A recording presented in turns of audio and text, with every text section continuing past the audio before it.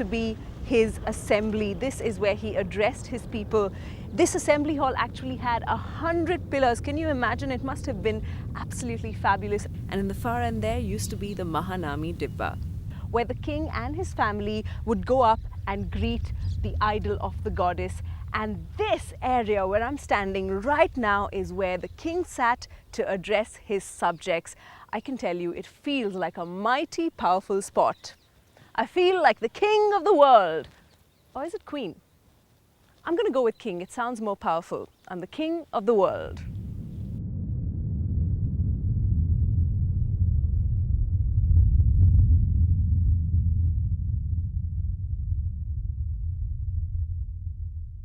I'm at what's known as the Pushkarni, which means the holy pond. And as I was walking down the stairs, I was thinking to myself, I am so grateful to whoever built this structure, because it's one of those images that captures your imagination and stays with you for a lifetime.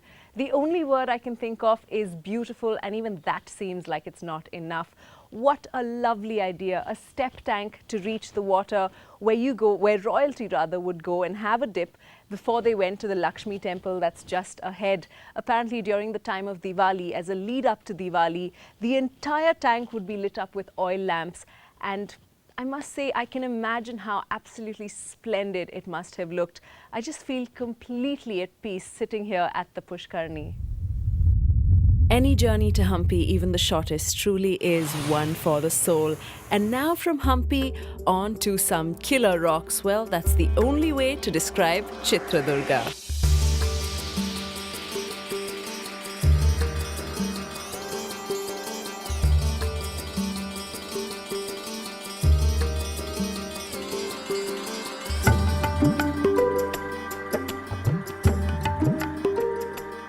On the way from Bangalore to Hoskote is the Chitradurga fort, this massive Kallina Kote or stone fort as you see behind me. This is a military structure of architectural marvel that was built in the 15th century by the Nayaka Pelegaras, and that is what I'm going to go take a look at right now.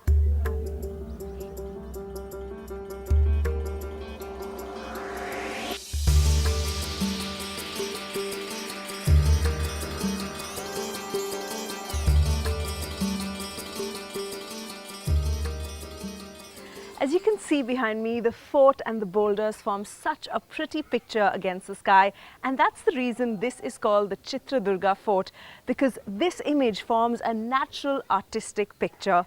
Well, also you'll notice that the stone walls that surround the boulders create a perfect sense of unison and a higher sense of security. The boulders and the stone truly combine to make this fort impregnable.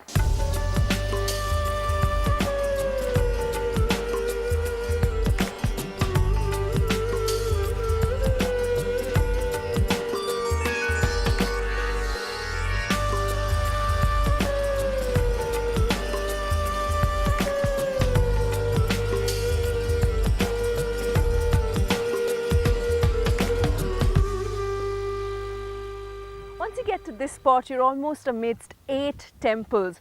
The one just behind these rocks here is the main god of the Nayaka Empire, the Ekanatheshwari temple. The one up there is the Hidambeshwara temple. The one behind me is the Sampige Siddheshwaraya temple. And the one behind these boulders is the Venugopala Swami temple. I guess this sort of was the religious hub of the Chitradurga fort.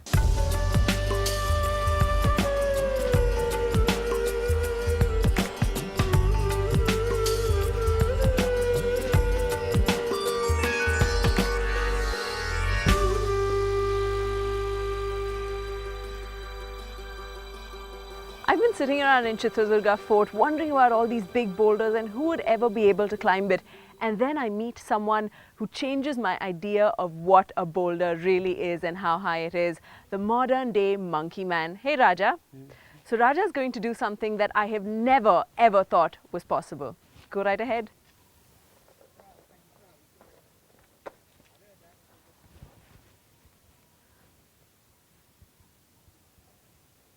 Climbing.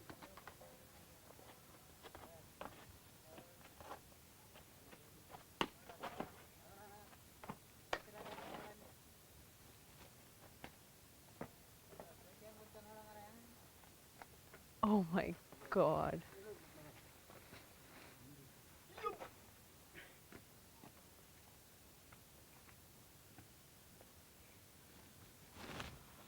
Oh my God. There he is.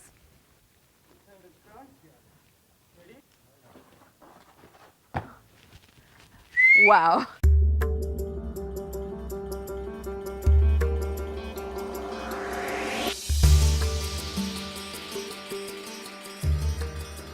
You hear a great many stories of worship and bravery in Chitradurga and in the Nayaka Empire. The story of Onake Obbava is probably the most popular one, and everyone in Karnataka knows it from a very young age. It was at this very spot that Onake Obbava, a simple housewife, the wife of a guard, actually killed several of Hyder Ali's soldiers as they secretly tried to enter the fort. That's the reason the king named this opening after her. She died fighting in battle bravely later on while she was defending her land. Now that truly is an inspiring story of bravery and courage.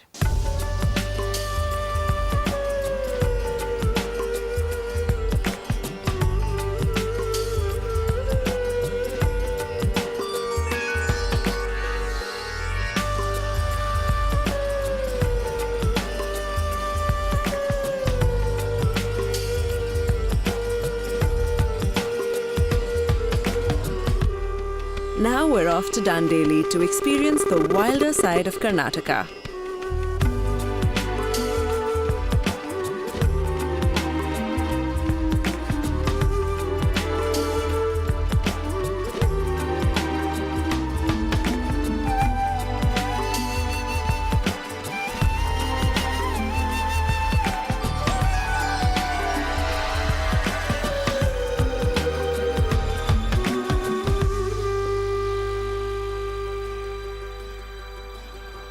Apparently it's not just good enough that you see the wild, you've got to experience it, and that's what I'm going to do. I'm going to get down and get soaked with some good old river rafting. I'm in Karwar district on the banks of the river Kali in the Dandeli Reserve Forest, and well, this is known as the adventurer's mecca. You can do some canoeing, some kayaking, some river rafting, and even a jungle safari. Now I'm off to check the adventurer in me. I'm headed for some river rafting, and I hear there are a few crocodiles in these waters, so I think I'm going to be in some pretty good company.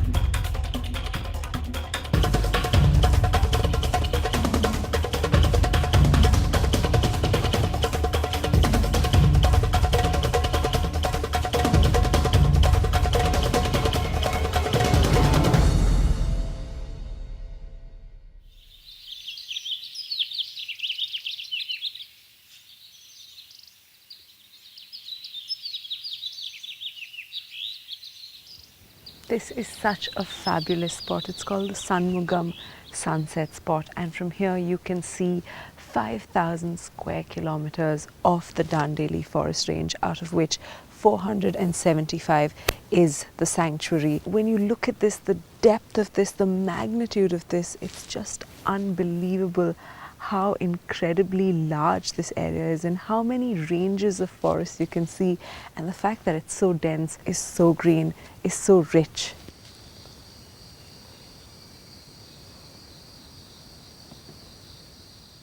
Okay, that there is a monitor lizard, and he's made his home in one of the nests of the woodpeckers. So the woodpecker does all the hard work and he gets free accommodation.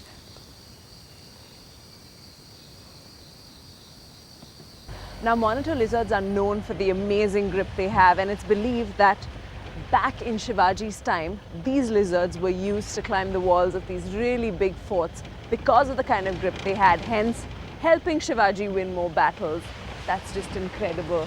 Imagine he being able to take all that weight because of his suction grip. So we've already heard about the crocodiles in the Kali River. Now apparently it's time to check them out. One of the best things about being in Dandeli is the fact that you get to see such a lot of wildlife, and one of them, of course, is A crocodile. I'm really looking forward to that. The thing about being at the Kali Jungle Lodges and Resorts is that they actually take you right in, so you get a chance to get up close and personal with the crocs.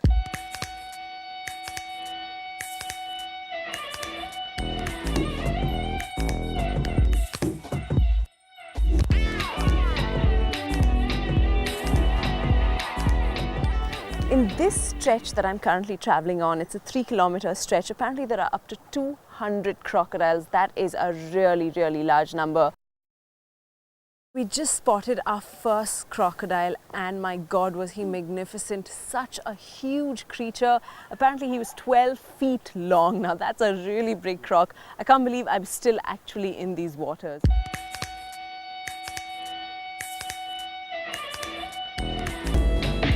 This evening, this light, this water, it truly is a magical experience. 1 in a million, right here in Dandeli.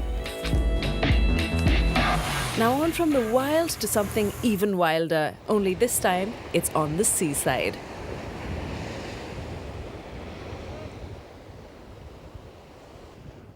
The main island is all the way across those waters, and to get here all you have to do is take a short boat ride, and once you're here you can check into these lovely cottages at the Devbagh Beach Resort. You can soak in the water, soak in the lovely sand, and of course there's a ton of stuff to do. You can go kayaking, canoeing, snorkeling, even try and spot some dolphins. And if you don't want to do any of that, well, it's the perfect place to kickstart a lazy beach holiday.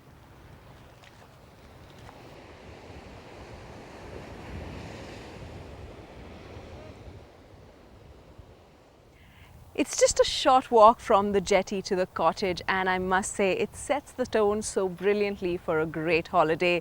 What you see for miles and miles on end are beautiful, majestic pine trees swaying so gently in the wind, and you can hear the sound of the ocean just calling you, inviting you to its warm waters. And this area, so cool and comforting, it truly has the most magical effect.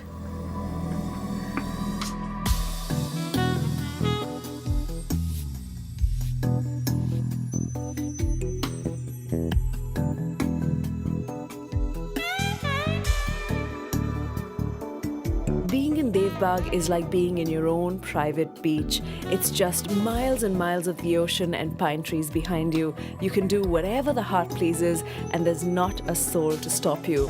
Just let the mind wander.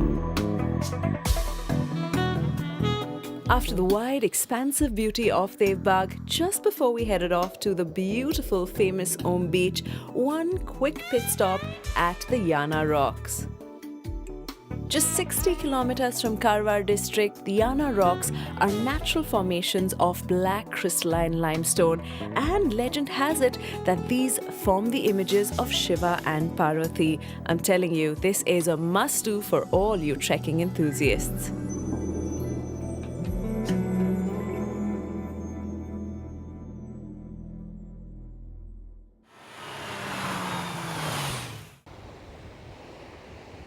You know, before I got here, I heard so much about the beauty of this place, but trust me, nothing quite prepares you for your first sight of Om Beach.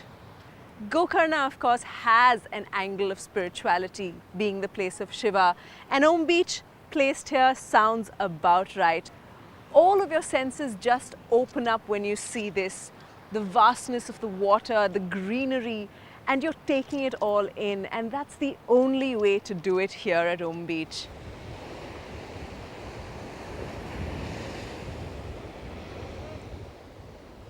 Once you get up here, it changes everything. It's just a small little adventurous trek up, and it's so rewarding because you end up at this spot. You see the lovely water for miles on end. There are rocks and greenery on either side, and even better, you get a super view of the Om right from here.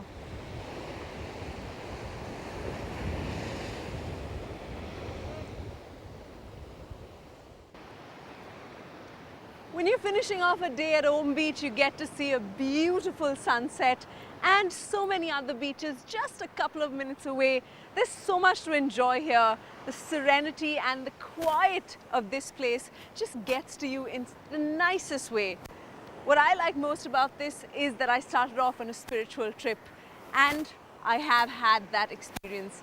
That is what Om Beach is about. You can do what you want and feel that absolutely energetic vibe.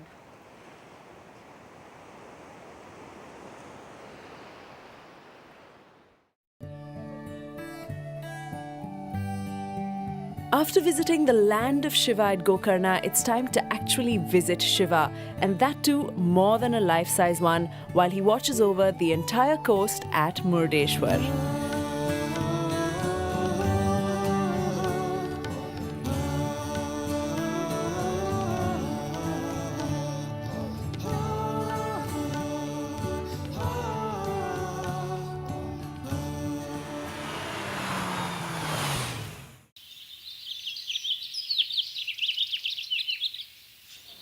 We move on to Shimoga district to witness nature's headlong tumble as the Sharavati river takes a drop of over 900 feet to form 4 different cascades locally known as Raja Rani, Rover and Rocket to form Asia's highest waterfalls. The Jog Falls is spectacular by the daylight and by moonlight it is absolutely breathtaking.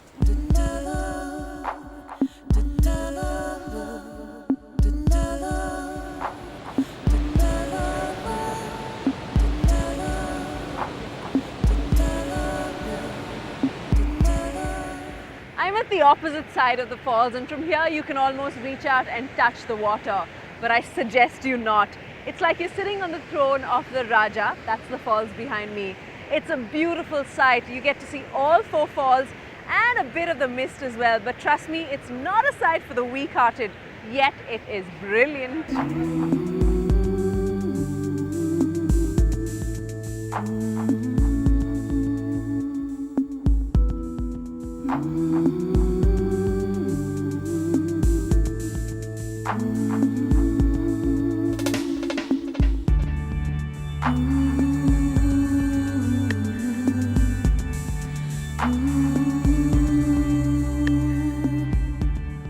I just walked down 1,400 stairs. That's 3 kilometers down to reach this magical spot, and it is so beautiful to just be able to sit here amidst all these boulders and have Jog Falls tumble down upon you. So completely great.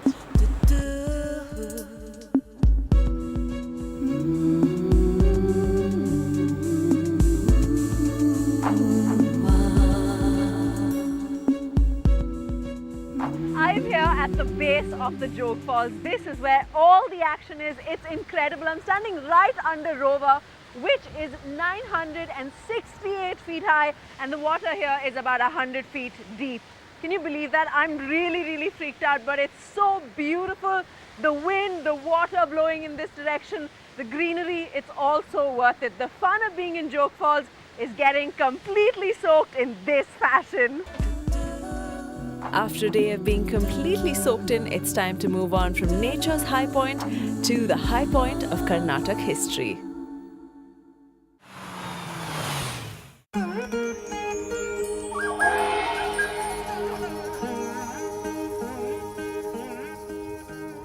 I'm in Hassan district and this is Belur. Now Belur was the first capital of the Hoysala dynasty, and the temple I'm standing outside right now is the Chenna Keshava temple, built in the 12th century by Hoysala Vishnuvardhana to commemorate his victory against a Chola viceroy.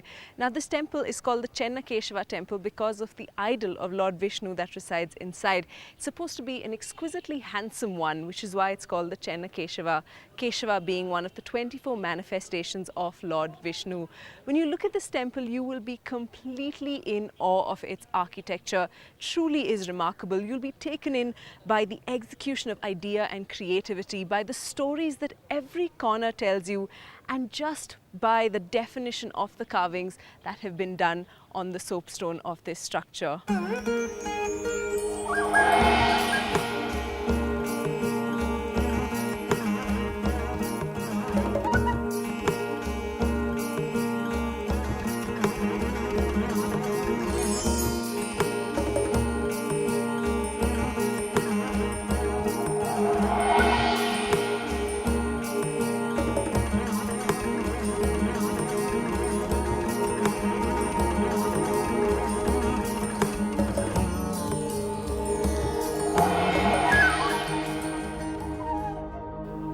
This here is the Vijaya Deepa pillar or the victory pillar. It was placed here in the 14th century by the Vijayanagara rulers who came in after the Hoysala dynasty.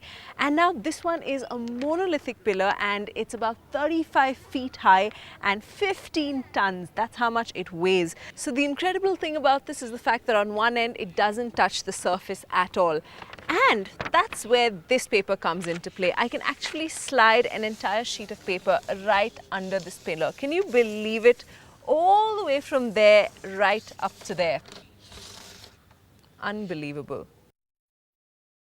And once you've been to Belur, you have to visit the other high point of the Hoysala dynasty, Halebeed. Just 17 kilometers away from Belur is Halebeedu. Now, Halebeedu means old encampment or old city, but that's not how it started off. It started off as Dwara Samudra, and this temple here is the main attraction in this region. This is the Hoysaleshwara temple built in the 12th century by a minister in King Vishnuvardhana's reign, that's Ketu Malla, and this temple is dedicated to Lord Shiva. When you look at it, the architecture in this temple is just as exquisite and well crafted as in the Belur temple. Only the difference here is that all the stories in the carvings you see around the temple are from the Ramayana and Mahabharata. A lot of mythology comes up into these temples to create this absolutely beautiful, magnificent structure.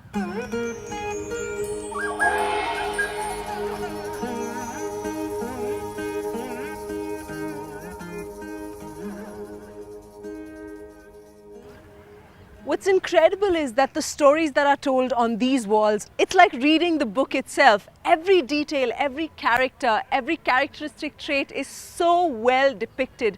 It's not just that the carvings are amazing, the kind of detailing that has gone into creating the building itself. I'm here and there's actually a groove that goes completely in, so I'll be hidden entirely. And the detailing right here on these walls, each and every groove, each and every nick and corner is so perfectly etched. It is incredible.